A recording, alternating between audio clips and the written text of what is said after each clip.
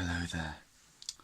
Today we are going to read Still in a Dream, A Story of Shoegaze, 1988 to 1995.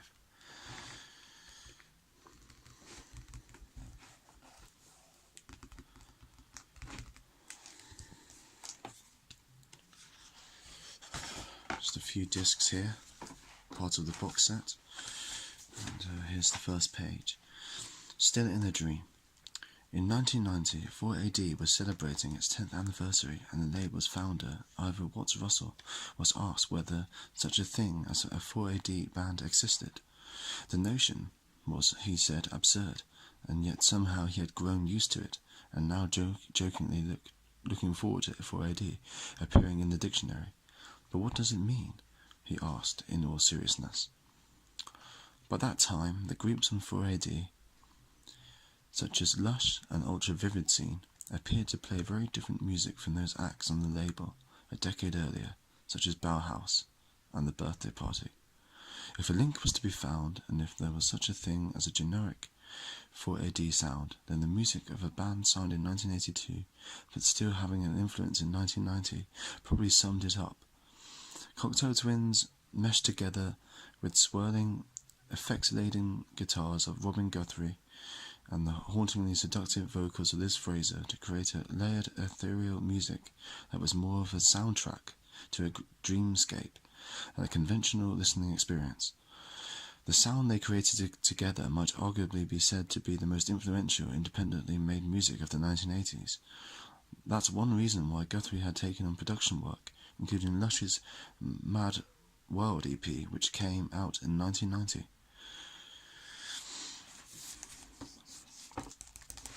In time, Lush and other contemporary bands such as Ride, Slowdive, Chapter House and Muse became part of a movement dubbed Shoegaze, alias the scene that celebrates itself.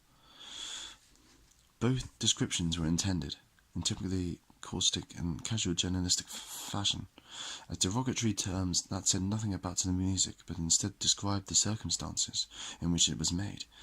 The music itself was often deliberately blurred with feedback, distortion, and buried vocals, creating an entropic effect that dispensed with the need for rock signature macho posturing, thus agitating some of the critics.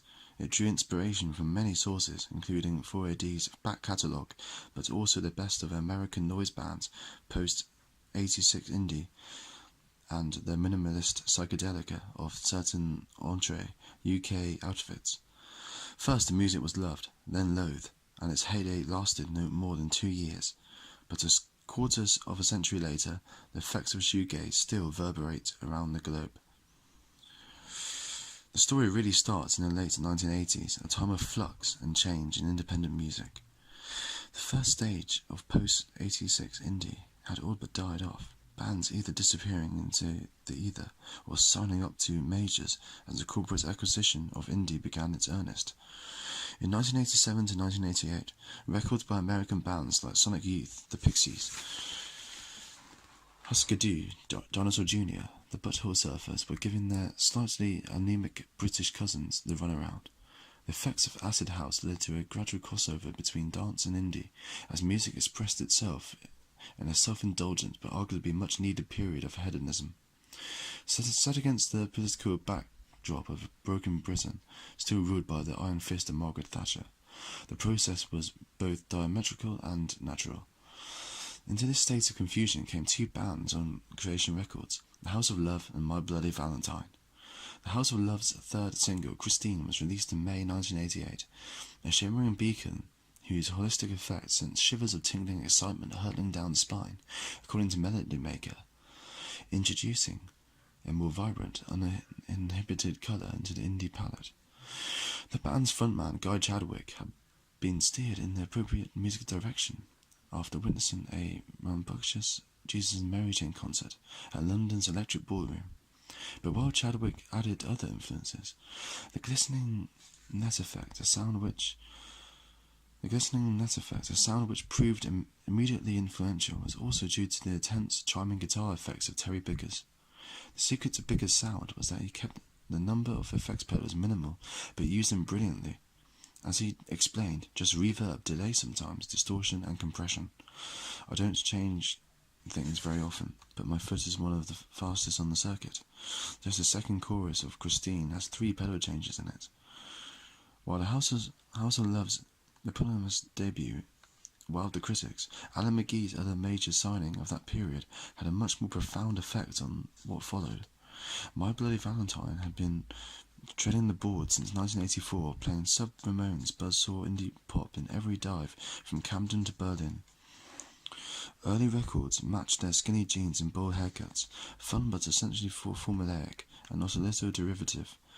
Singles on Lazy and Kaleidoscope Sound showed promise, but it wasn't until the brutal, bittersweet tones of You Made Me Realize that Kevin Shield's genius began to shine through.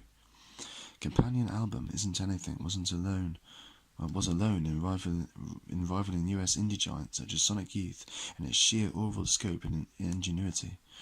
Isn't Anything was in fact very much something, a paradigm-shifting album where noise and beauty, spectral vocals and atonal guitars all coalesced in perfect form.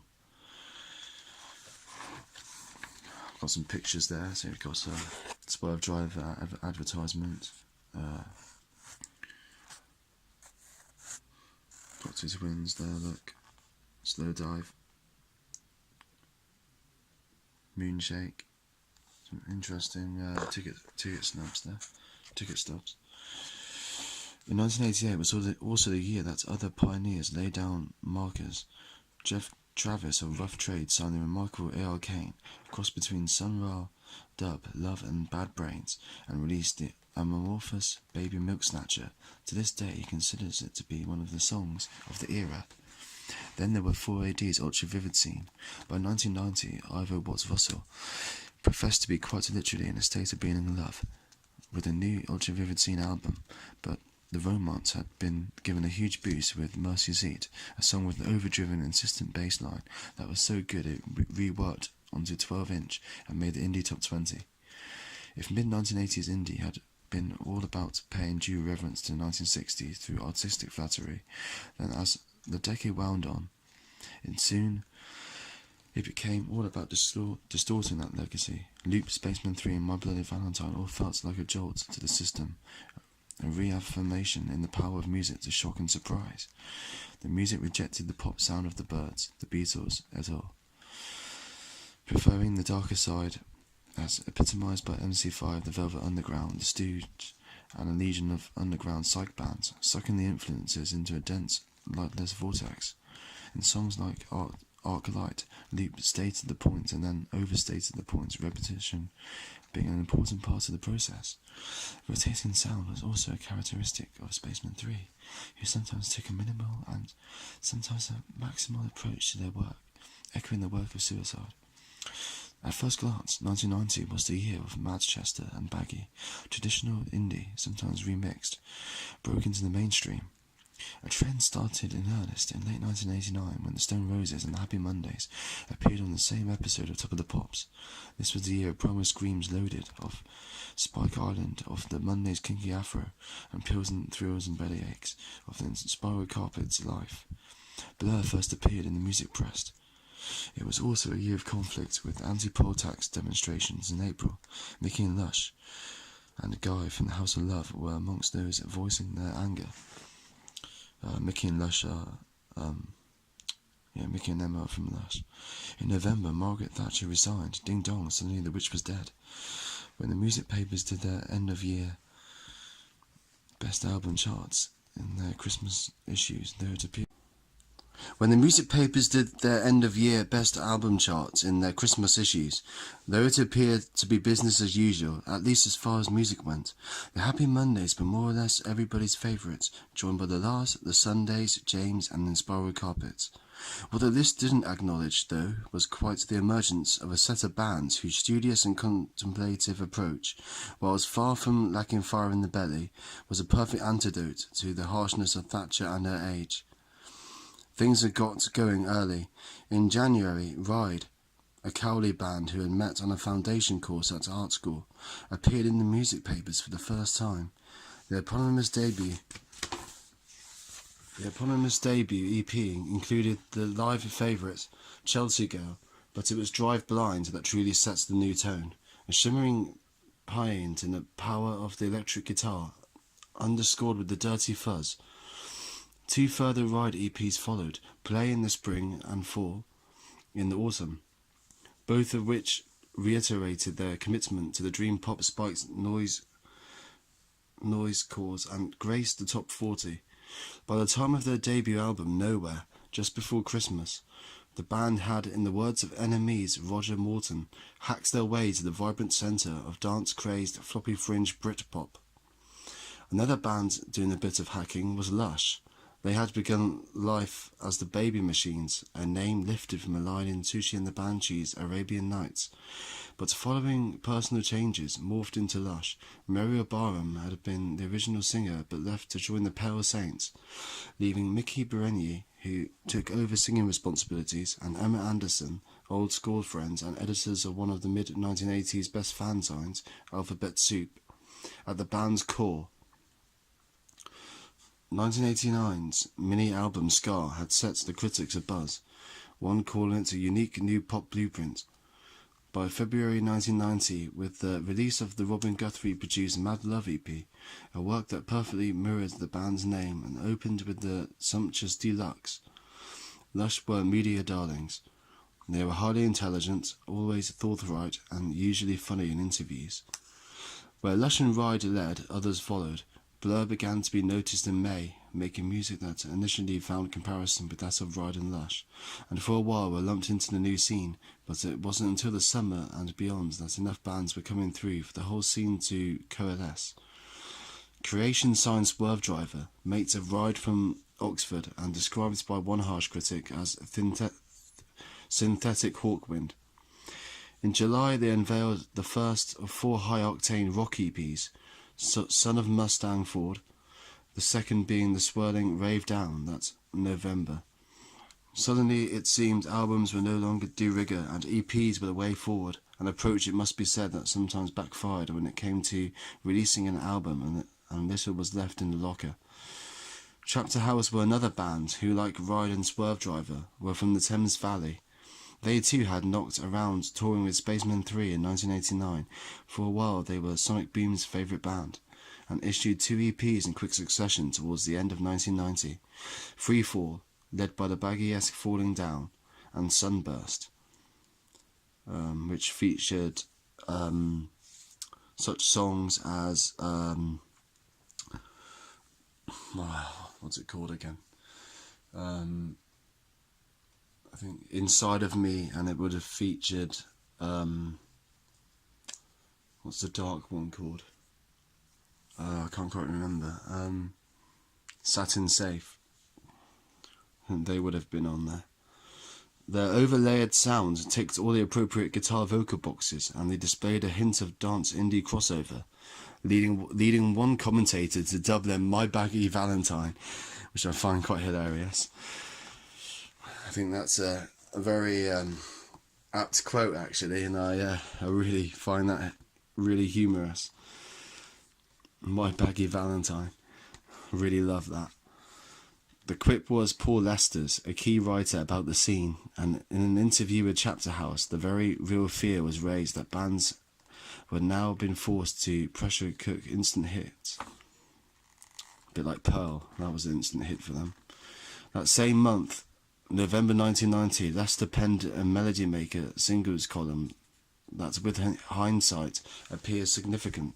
Chapter House's Sunburst was joint single of the week, along with the debut record by Slowdive, another new band whose self-titled, yes, you guessed it, EP, was a rapturous vapor trail of shimmering submerged harmonies and scratchy melodic guitars. But those records only just pipped Bark Psychosis to the post. The siren wall of Nothing Feels, I Know, conjuring images of Tim Buckley as well as Dark Side era Pink Floyd, alongside positive reviews for Swerve Driver's Rave Down and the Telescope's neo-spiritual lament Ever So.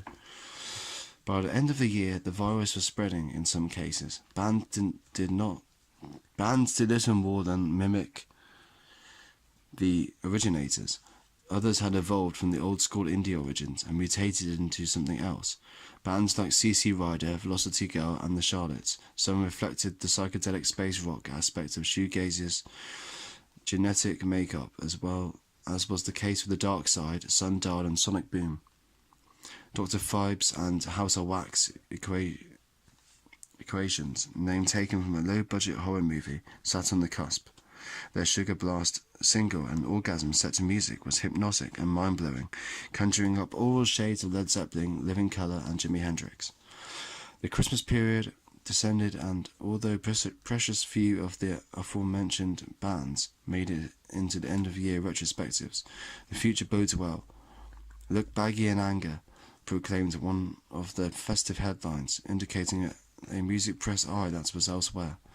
There was good news as well. Guitarist Terry Bickers, who left the House of Love, returned with a new band, Levitation. Bickers' choice of band name was Opposite. But just as he hoped to overcome his former troubles, so too in 1991, the new music would rise up. So 1991 was really the key year. You had key releases such as Loveless, Rides Today Forever EP, you had the Pearl EP and Whirlpool, Chapter House's Whirlpool. You had Slow Dive with Just for a Day. The list goes on. 1991, you had the Boo Radley's Every Heaven EP. They released a couple in 1991, I believe. I think the Boo Up EP might have been 91, or either that or it was 92. But that was a real, 91 was a central year. You had the Curve EPs as well, like Blindfolds, Cherry, Frozen. What's the other one called again? Is it Zoo or something? Zoo EP? It could be. Or is it? No, it's called the Colour Hurts EP, isn't it, or something? Can't quite remember that.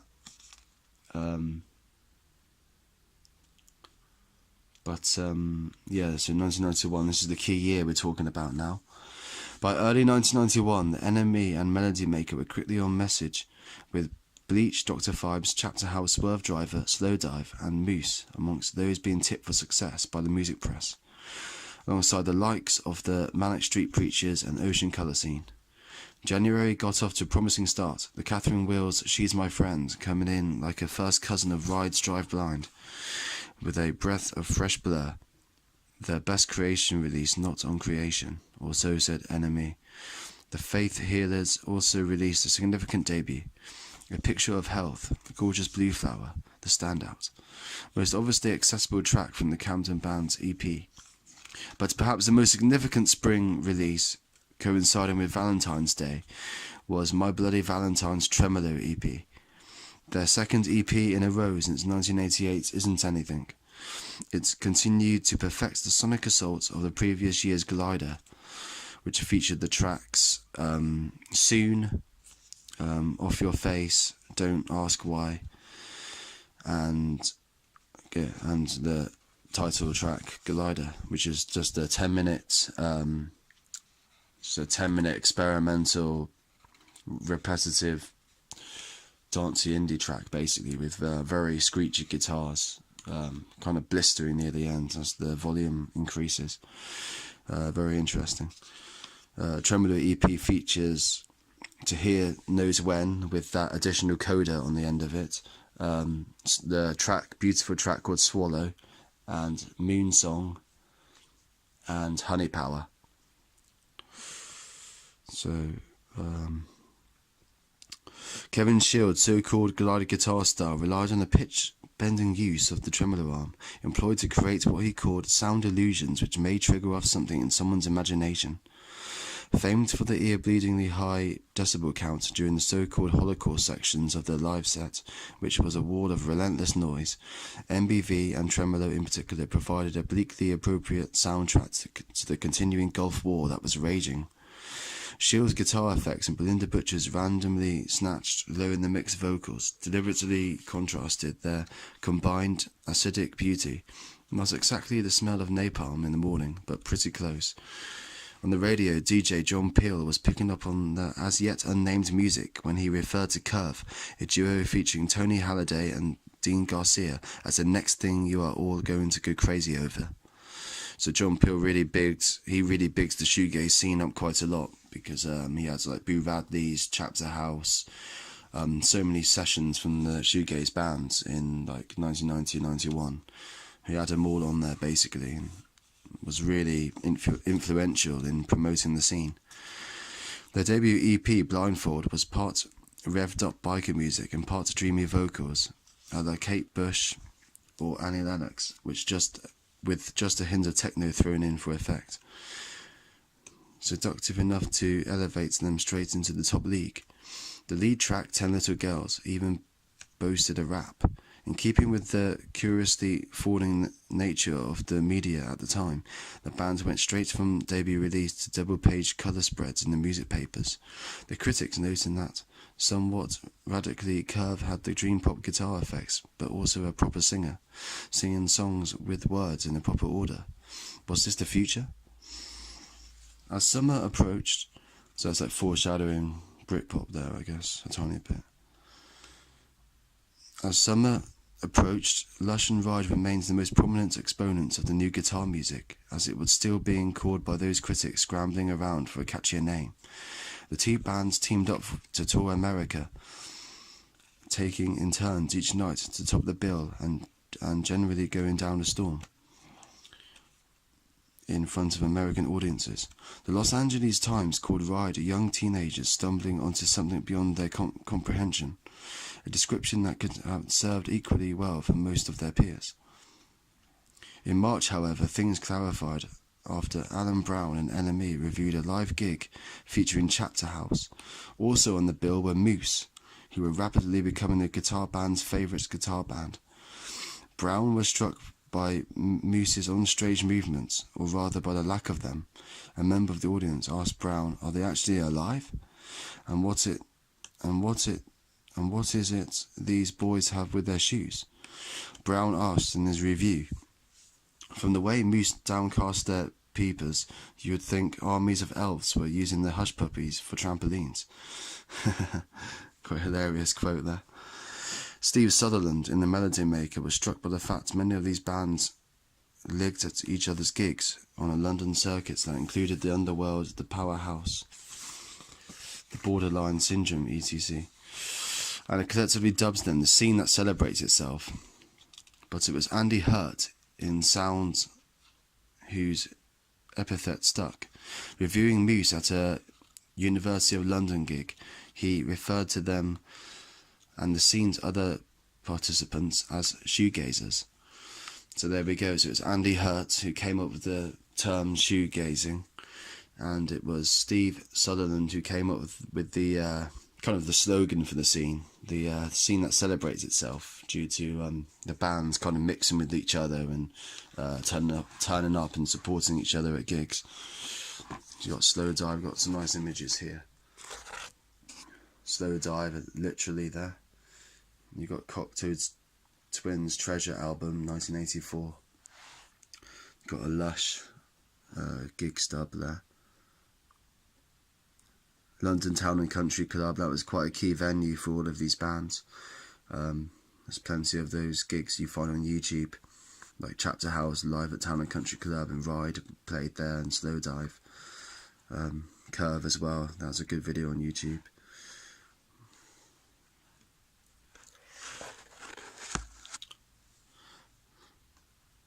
Where was I?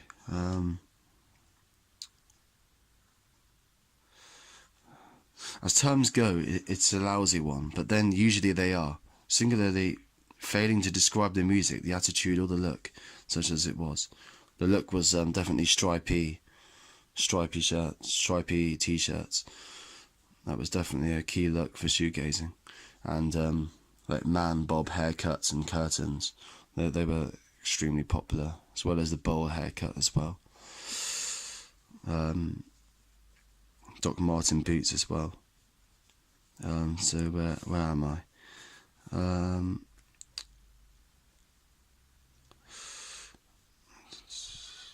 Terry Bicker's Levitation began began attracting press coverage, and he was only half joking when he referred to the new music as progressive, although, as he explained, progressive in the instance of levitation was also meant to imply excessive. What I want, he said, is to be in a car crash with Can and the Cocteau Twins, and Sonic Youth and Kraftwerk.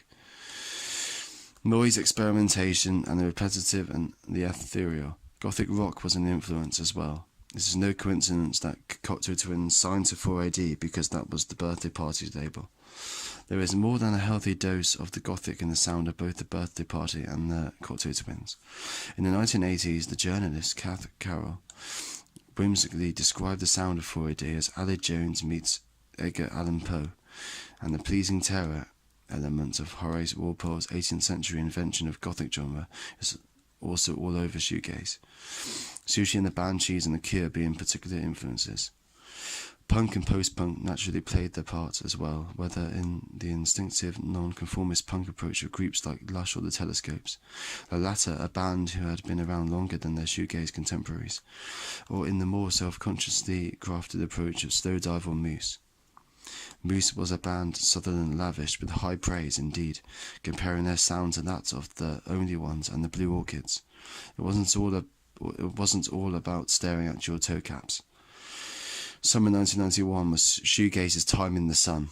A slew of well-received EPs and singles, including Moose's Suzanne, the Dylan's Godlike, and Revolver's Heaven Sent an Angel, was followed by albums by Slowdive, The Crane, Swerve Driver, and Spyro X, the band Jim Beattie formed after leaving Primal Scream.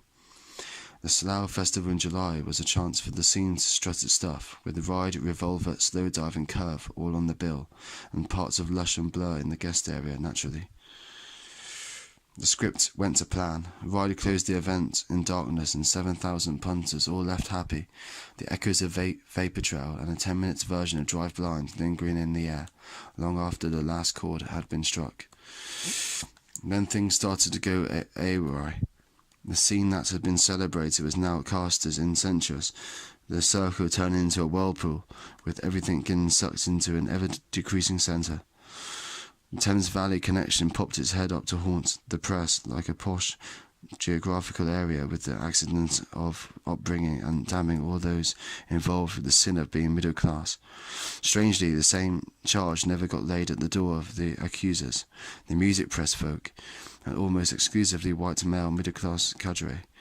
David Quantick's brilliant and affectionate send-up of shoegaze scene in a column in Enemy's Thrill section, Memoirs of a Shoegazing Gentleman, deliberately played on the conception, or misconception, since it was largely untrue, but was too close for comfort, satirizing the shoegazers as effete aristocrats, placing them in all too vividly imagined scenarios and sending them up in lines like the following: Chris Noves a Monte, as Russell from Chapter House is always saying when he isn't stroking the sea lion, etc.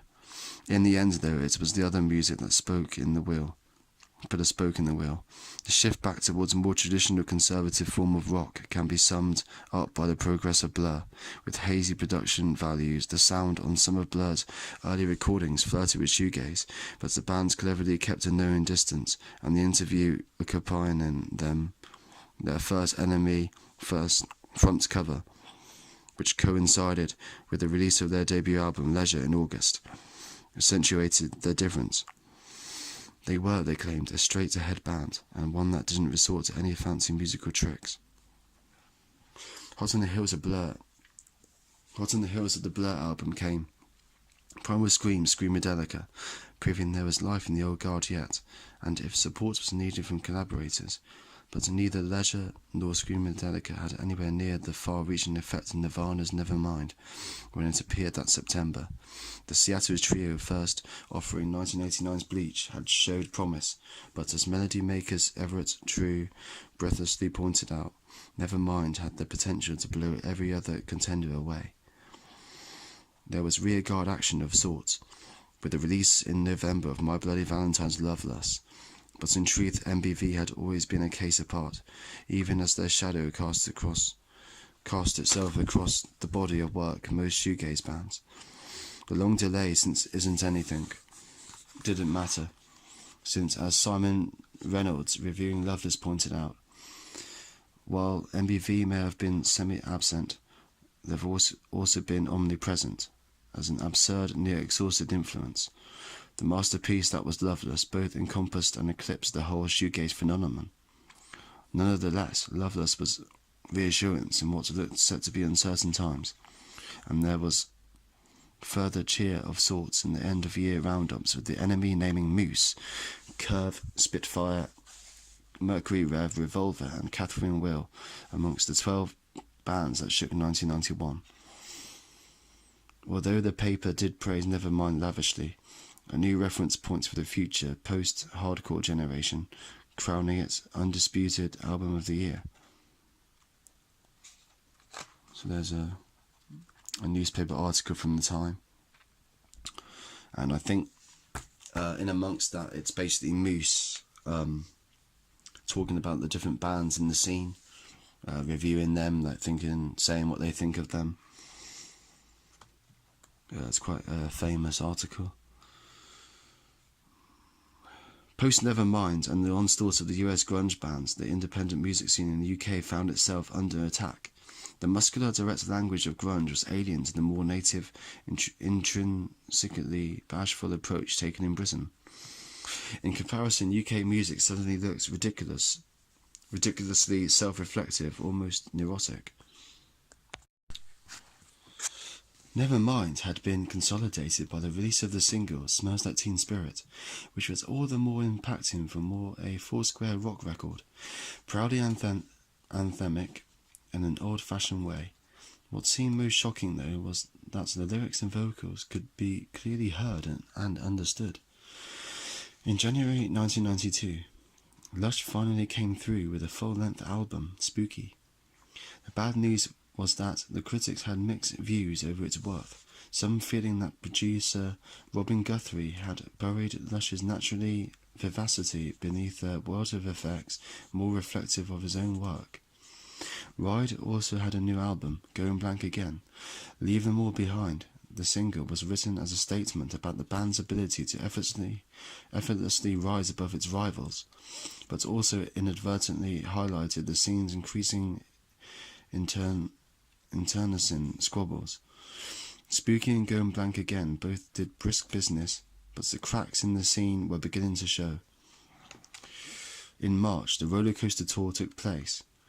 11 UK dates featuring 4 bands, and inspired by 1991's Lollapalooza Festival in the USA, which the Jesus and Mary Chain had participated in.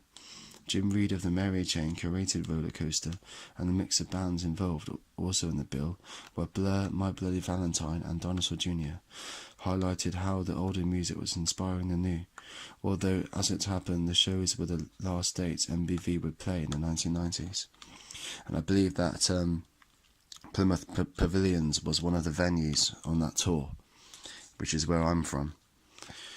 So I'm pretty proud of that. My Bloody Valentine blew the Pavilions down at some time. That's pretty cool. Indeed, things were looking promising during the first half of 1992 as more bands that had been inspired by the first wave of shoegaze came to the fore. Crawley outfit Spitfire had been one of the acts Enemy considered had shook 1991, bringing more of a groove to what was an otherwise traditional wild guitar sound. Spitfire was fronted by brothers Nick and Jeff Pritchard, both of whom were steeped in kitsch retro culture, and the theme tune to The $6 Million Man appeared in the band's live set. Loop meets Shaft was how one wag describes their sound, a sound perfectly summed up by the incandescent translucent. From America, Mercury Rev and Flaming Lips, two interconnected bands, also brought something interesting to the table. Both groups mined the psychedelic subculture in a moderately conventional but spacey and out-there way, whereas neither band was strictly shoegaze. The multi-layered effects, lush use of melody, and in places sound collage patterns using tape loops in albums like The Flaming Lips' Hit to Death in the Future Head and Mercury Rev's Your Self-Esteem 1991 made them stand out sharply against the emerging and all-conquering sound of grunge. And then of course there was the Liddies, the Swirlies as well, who emerged around that time, 92, 93. Then you had like Ariel later, 97. You had Medicine as well. They were doing things in 1992 with what's it called? Shot Forth Self Living, and their second album with the red cherries on it. That's really good. So yeah, I mean, a lot was going on in America. Lots of MBV inspired sounds there coming out, shoegaze sounds. Closer to home, the talented Peter Kember, ex of Spaceman 3, had maintained his sonic boom alter ego with tracks like Superlative Angel, but branched out into a side project, Spectrum, which took its name from the title of their debut Sonic Boom album. Spectrum drew heavily from electronic pioneer Suicide, producing a serene, luminous sound epitomised by the short but tranquil "True love will find you in the end." By autumn 1992, the honeymoon period shoegaze had enjoyed with the press was well and truly over. As bands had progressed, so too egos had spilled over, and a few choice words were batted backwards and forwards between them, usually via the gleeful intermediary of the music papers. The press, ever capricious, had also grown bored, its attention distracted by the search for the next big thing. Indeed, an obituary of sorts was written when the front cover of Melody Maker in September asked the question, "Whatever happened to shoegaze?" There it is there. One of the scene's champions, Paul Lester, did a vox pop amongst members of key bands, and Moose were drafted in to give a lackluster guide to shoegazing. Neil Halstead and Slowdive thought reasonably that the problem was a backlash against a scene that didn't even exist. Stephen Laurie of the Telescopes thought it had all been a bit of a fairy tale and ethereal, when a bit more punk grit was required. The cliches had been true, he thought. Youths with bowl haircuts propping up the bars at each other's gigs, staring at their suede shoes. Damon Albarn from Blur felt that apart from possibly one of the greats, possibly the one great record each of the bands had made, the rest was empty. Bands like Chapter House, Ride and Slowdive had a wonderful pubescent quality, but they were sort of end of indie. Some key acts either served up or recorded what should have been important albums, but found the pop landscape shifted. Moose's XYZ received tepid reviews. Slowdive's Salarkey was absolutely slated, although it worked well through the tills. Chapter House's Blood Music, a strong album made in difficult circumstances, would be their last. And it wasn't really shoegaze either, they went into a more electronic direction. Swerve Driver imploded on tour in America, but limped through. Yeah, apparently Graham Bonner, he left the band, and I think they lost their label just before Ejector Seat Reservation in 95. Finishing their Mescal Head album, not one of those records made a dent in the charts. All of a sudden, Suede, a band who had been knocking around venues like the Camden Flacken for a couple of years, found itself the new saviour of British indie pop. Their debut album in 1993 was occasion for a collective sigh of relief within the media, as miraculously a band seemed to have appeared capable of picking up where the Stone Roses, at their height, had left off.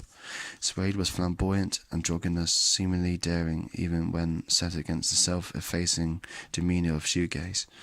It would certainly do while Britpop honed its chops in the background, waiting for its moment.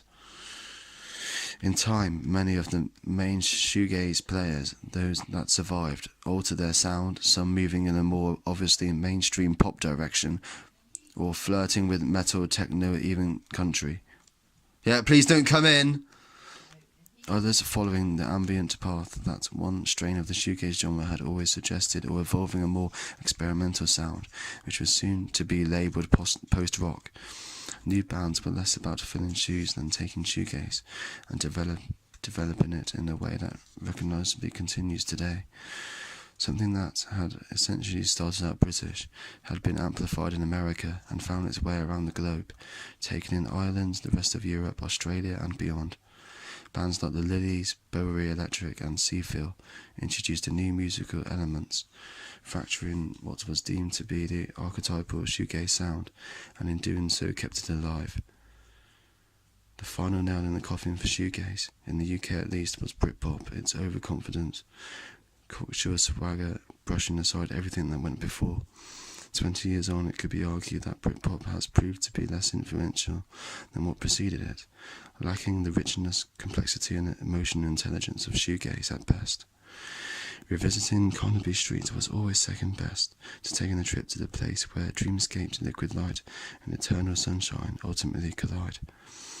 Proof of this resonates today, and reports about the death of shoegaze have been greatly exaggerated.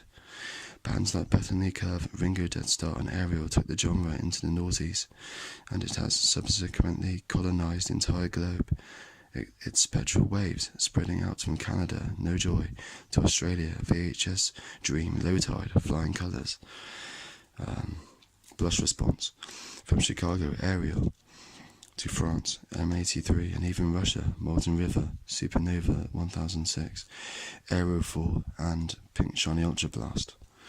Through space and time, shoegaze has come a long way from its Thames Valley origins. And there was Pia Fraus from Estonia, and you still get some UK bands like 93 Million Miles from the Sun and Air Formation, and was it Burning House, and my band, Breather. My band's called Breather, and we are continuing the shoegaze scene. So there you have it. That's the British. That's the British view on shoegazing. That's the British perspective finished. And then there is an American bit in this book. There's an American perspective bit, but maybe I'll do that next time. But for now, that's it. And this is Still in a Dream. Thanks for watching and listening.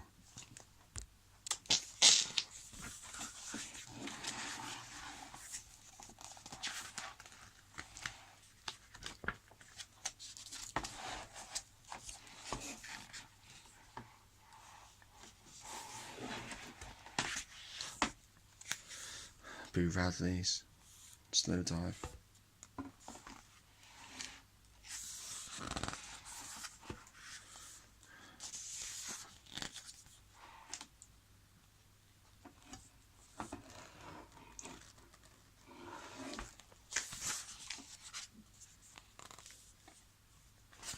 There's Moose.